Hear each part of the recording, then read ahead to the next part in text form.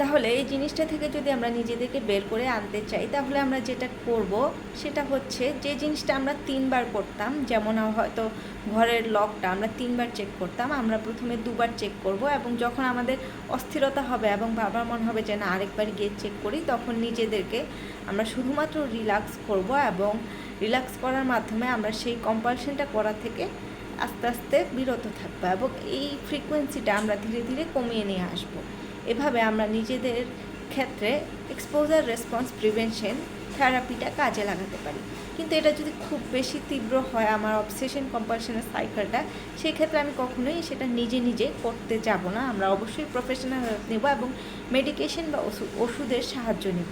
ওষুধের মাধ্যমে অনেকটাই আপনার যেই অস্থিরতা কিংবা অবসেশনগুলো আছে সেটা কমে আসবে, এবং তখন কম্পালশনটাকে আপনার ব্রেক করার জন্য কিংবা এই সাইকেলটা ব্রেক করার জন্য আপনার কিছুটা ইজি হবে।